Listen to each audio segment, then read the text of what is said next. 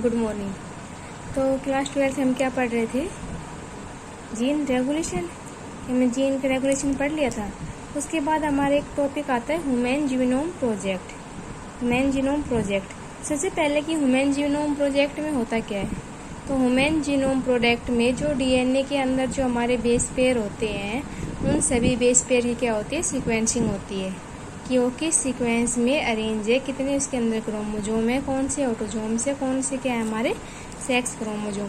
तो उन्हें जो क्या होगी सीक्वेंसिंग होगी और क्या होगा अलग अलग उनके में क्या होगा कि उन क्रोमोजोम्स के बारे में और बेस पेयर के बारे में हमें उसकी मतलब कि सीक्वेंस का पता चल जाएगा किसके अंदर, ह्यूमन जीनोम प्रोजेक्ट के अंदर।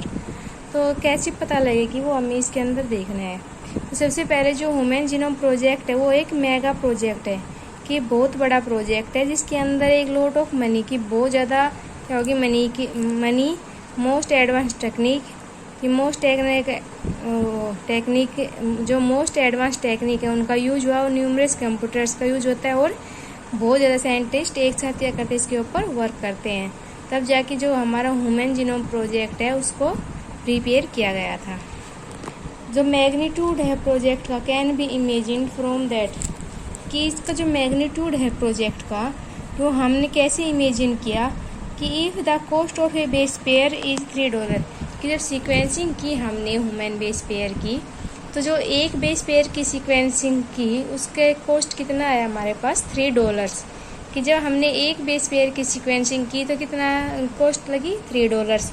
और इस तरह हमारे जो डीएनए में कितने मतलब कि कितने बेस पेयर हैं, 3 × 10⁻⁹ बेस पेयर है। जब 3 × 10⁻⁹ बेस पेयर्स की जब हम सीक्वेंसिंग करेंगे तो टोटल कॉस्ट कितनी आएगी हमारी $1 बिलियन आएगी, क्योंकि जब वन बेस पेयर के कॉस्ट ही हमारा $3 है तो मतलब कि टोटल जो हमारे बेस पेयर है 3 × 10⁻⁹ बेस पेयर है। जब हम सभी की क्या करेंगे सीक्वेंसिंग करेंगे तो क्या आएगा हमारा कॉस्ट अराउंड $1 बिलियन आएगा। और अगर इसको मतलब कि ह्यूमन जीनोम प्रोजेक्ट की जो डाटा है उसको हम क्या करेंगे किसी बुक में स्टोर करना है तो हमें क्या करेगी, हमें जो काफ़ी सारी बुक चाहिएंगी जिसमें एक बुक के अंदर कितने होंगे 1000 पेजेज होंगे कि एक बुक ली हमने उस बुक के अंदर क्या होंगे 1000 पेजेज होंगे और एक पेजेज के अंदर 1000 क्या होंगे लेटर होंगे। तो इस तरह हमें कितनी बुक्स की रिक्वायरमेंट होगी इसके डाटा को स्टोर करने के लिए 33,000 बुक्स की हमें क्या होगी रिक्वायरमेंट होगी। और उसमें 33,000 बुक्स में एक बुक के पास कितने, एक बुक के अंदर कितने पेजेज होंगे 1000 पेजेज होंगे और एक पेज के ऊपर 1000 लेटर उसमें क्या होंगे 1000 लेटर के में क्या होगा डाटा स्टोर होगा।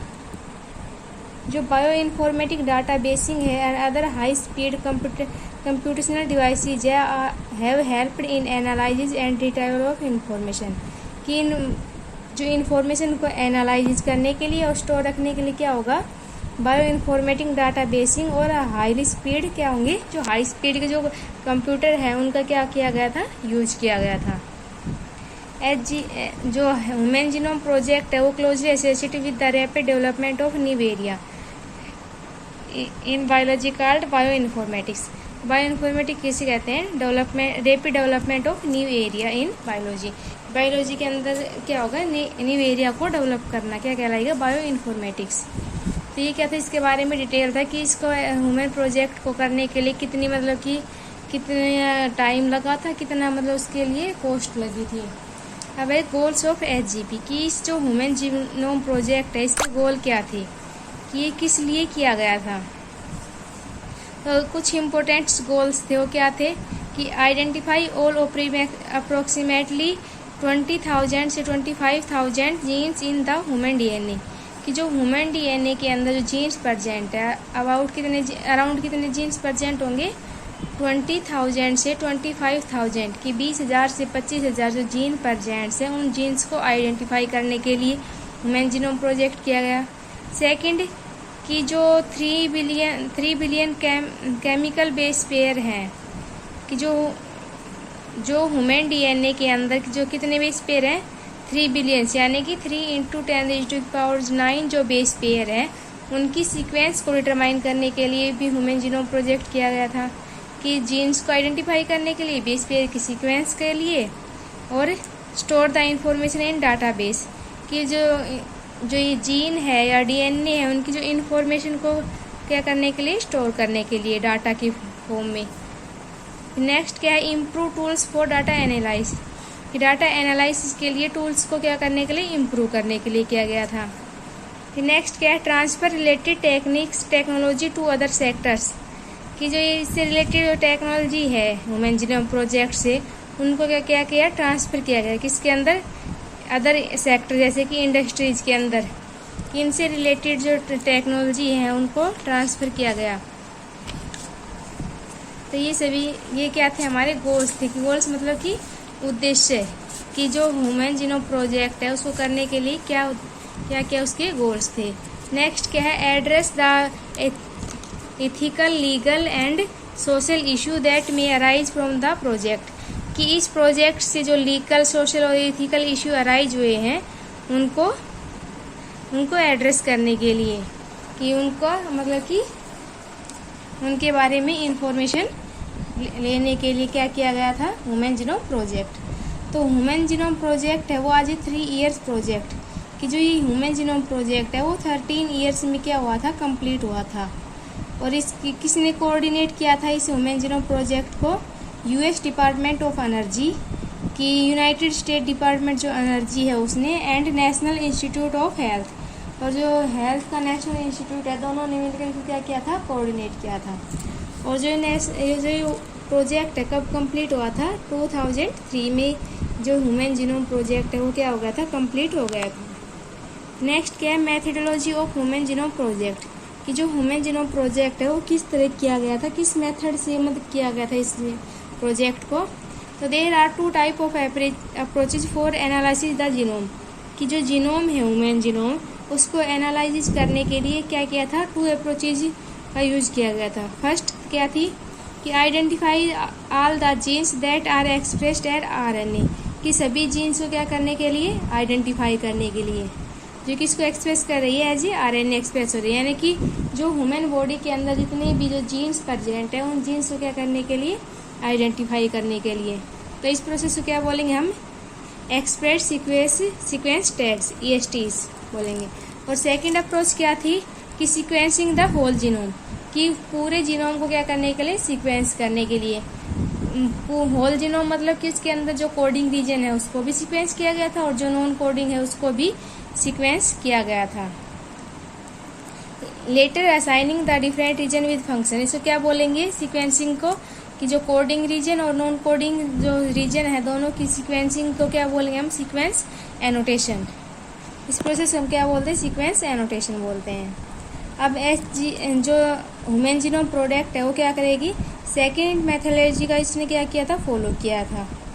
तो अब हम स्टेप में पढ़ेंगे कि इसकी मेथोडोलॉजी मतलब कि इसको किस प्रकार ह्यूमन जीनोम प्रोजेक्ट को बनाया गया था, कि किस तरह उसके जो सीक्वेंस थी वो सीक्वेंस कैसे की गई थी बेस पेयर्स की।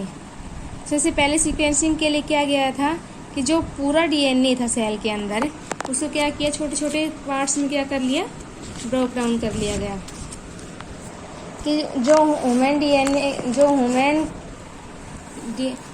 ह्यूमन सेल के अंदर जो डीएनए था उस डीएनए को सबसे पहले क्या किया, आइसोलेट किया, सेल से निकाल लिया।